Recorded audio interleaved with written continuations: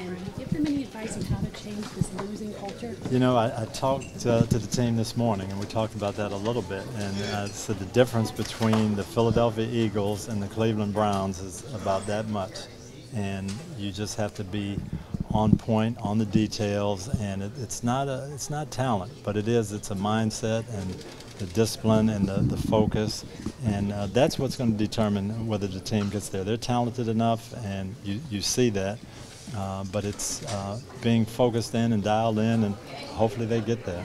So you touched on this. What kind of reception did you get from the players when you spoke with them? You know, it's hard to say, but pretty good. I think they, recognize who you are and the fact that what you're saying does have some validity, some history behind it, and it was great. It was fun for me, but it brought back memories. It brought back memories of being in here for the first time in '96 and speaking to that team about what we wanted to do and how to do it. And it was the same advice. It's, whatever this is, 22 years later. So you touched on this franchise giving you an opportunity when you waited for it. You've received a lot of honors, but the fact that they gave you the opportunity, does that separate this honor from many you've received? It really does. I mean, from the first organization that you had a chance to lead, and they recognize you and say, hey, you're one of the people we want to remember, that's pretty special. And as I say, brought back great memories.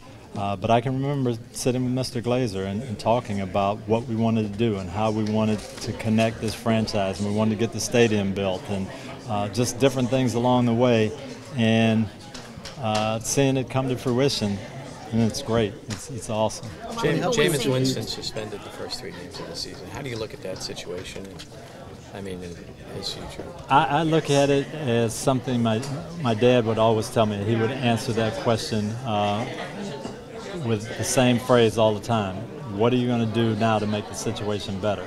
And I think that's where we are, and that's where Jameis is. Okay, we could look back on and debate and why it happened and all the negatives, but it's where we are, and what does he have to do now to be that leader on and off the field that the Buccaneers need? He's got to figure that out, and he's got to mature, and he's got to make this negative situation and turn it into a positive. And I saw some things on the field today that led me to believe that's what he's trying to do. Now he's got to carry that off the field as well. But it can be a positive. How can he do that, especially like you've said, you've got to be able to win in the community? Well, and it comes down to being that person and understanding. And I mentioned that to the players too. I have 5 boys still in the house, and they look at these guys and they watch everything they do. They want to be Buccaneers. They want to mimic everything these guys do. And the players have to understand that. They have a chance to be tremendous role models and tremendous positive influence. And hopefully that's the case. But for Jameis, he's got to be a leader all the time. He's a great leader on the field. He's a great leader in the locker room. He's a great leader when he's here. And now he's got to take it on his shoulders to lead off the field and away from the building as well. And I'm praying he'll do that. Tony, how pleased are you to share this night with the Steelers organization and Coach Tomlin?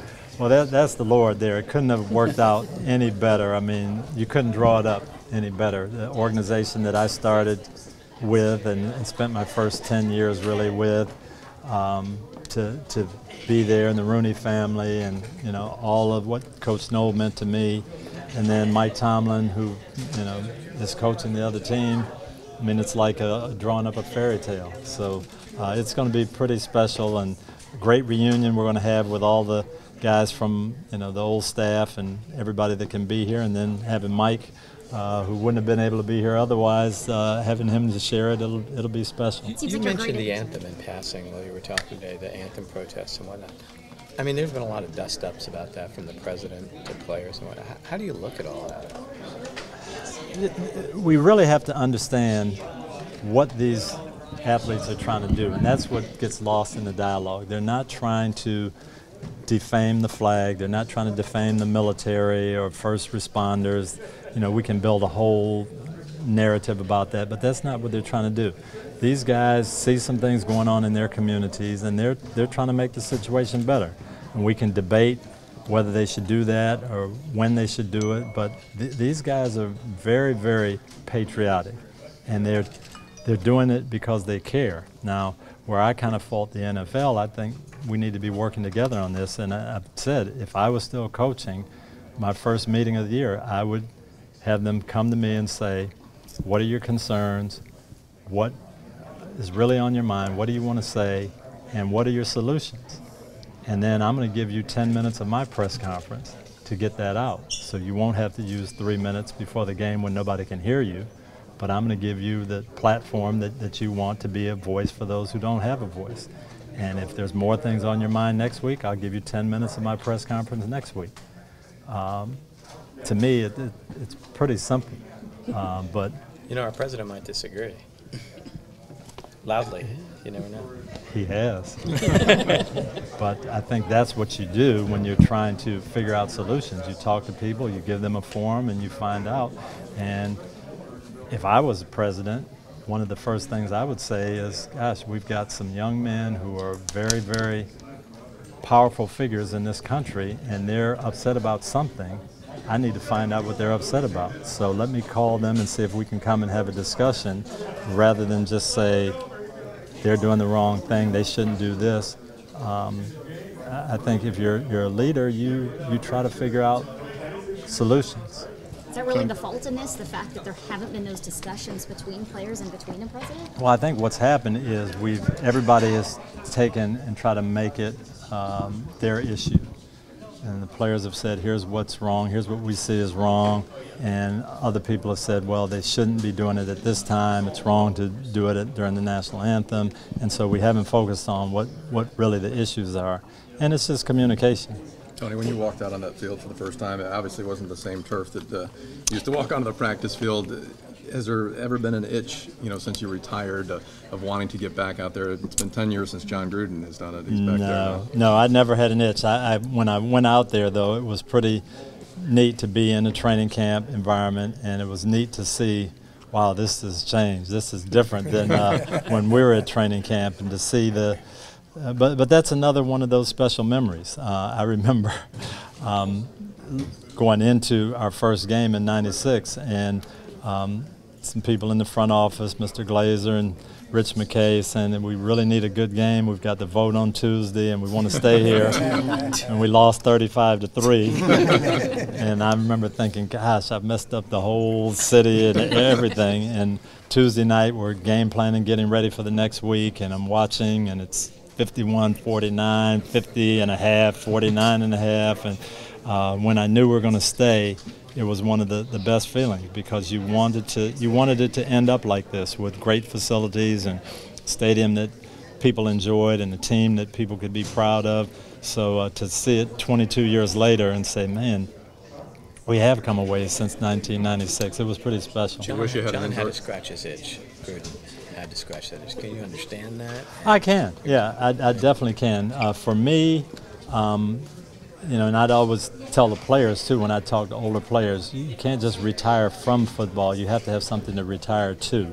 And I've retired to some different things. I enjoy what I do with NBC, but I enjoy, reading with my wife, Lauren, to second graders on Tuesday. And I enjoy being with my kids, and I enjoy working with all-pro dads. So I've got some things that, help fulfill me in life. And for me, I don't need to scratch the football itch, because I got a few other things that I'm scratching. Some of your greatest honors, Super Bowl with Coach Lovie Smith, and then now this night you get to kind of share with Mike Tomlin a little bit. How special is that, the fact that you get to share those moments with people that you paved the way for to be able to coach? Well, that is pretty awesome, too, and be able to share it with our players and staff and coaches. I mean, it's awesome. The Bucs have invited everybody back who played for me, who was on the staff at that time in any capacity, who coached. So we'll get to have a reunion and kind of share it with everyone, as well as my family. And that's what's special. You built memories with people. And it certainly isn't something that you did in a solo career, but to be able to think back to all the people that were here and went into it, it's going to be awesome. And to have Mike there, again, it's going to be very, very special. What kind of job do you think John will do? I think he's going to be great. Now, what he's going to have to get adjusted to is how you have to coach now. And the guys that I talk to that are still in the game, well, you can't do this, you can't practice and pass twice in a row, and you can't do this, and you can't do this. He's going to have to adjust to that different style. But as far as calling the games, knowing what to do, installing things, motivating people. You don't lose that. He's going to be great at that. As an analyst, What impresses you about this Bucs team? You've seen them, you see the talent. I like their speed, and the thing I was talking to Jason Light out there in practice, and he said he really feels good and feels like he's got some game changers in the defensive line. He thought that's what was missing, and he's got some guys who can make that one play that you need to turn the momentum of a game or to make a stop on the last drive that you need. And I'm looking forward to watching those guys rush in the live game situations. But they've got some offensive weaponry. What's going to happen is they've got to have that togetherness. One of the things I told them is talent is it's not overrated, but it's not the most important thing. Probably I had 7 teams in Indianapolis, and our Super Bowl team, talent-wise, was probably number 5, maybe number 4, but it wasn't the most talented, but it was the most together. Despite Jameis' suspension, do you think this is a playoff team? I think they can be. When you look at the NFC, there's probably 10 or 12 teams that you wouldn't be crazy if you said they have a chance to win the Super Bowl. No one was talking about Philadelphia at this time last year as, hey, that's the dominant team in the NFC by far. And I just think there's a lot of good teams. Unfortunately, 3 of them are in this division as well, which is going to make it tough. But I remember '97, we opened up with San Francisco, and we had to go to Detroit and Minnesota, and everybody's saying, oh, well, if they can overcome that 0-3 start, maybe they got a chance. And, you know, it's how you play on the field and how you play on Sunday. A lot of people are thinking this team's going to have a hard time not starting 0-3. I mean, you've been there.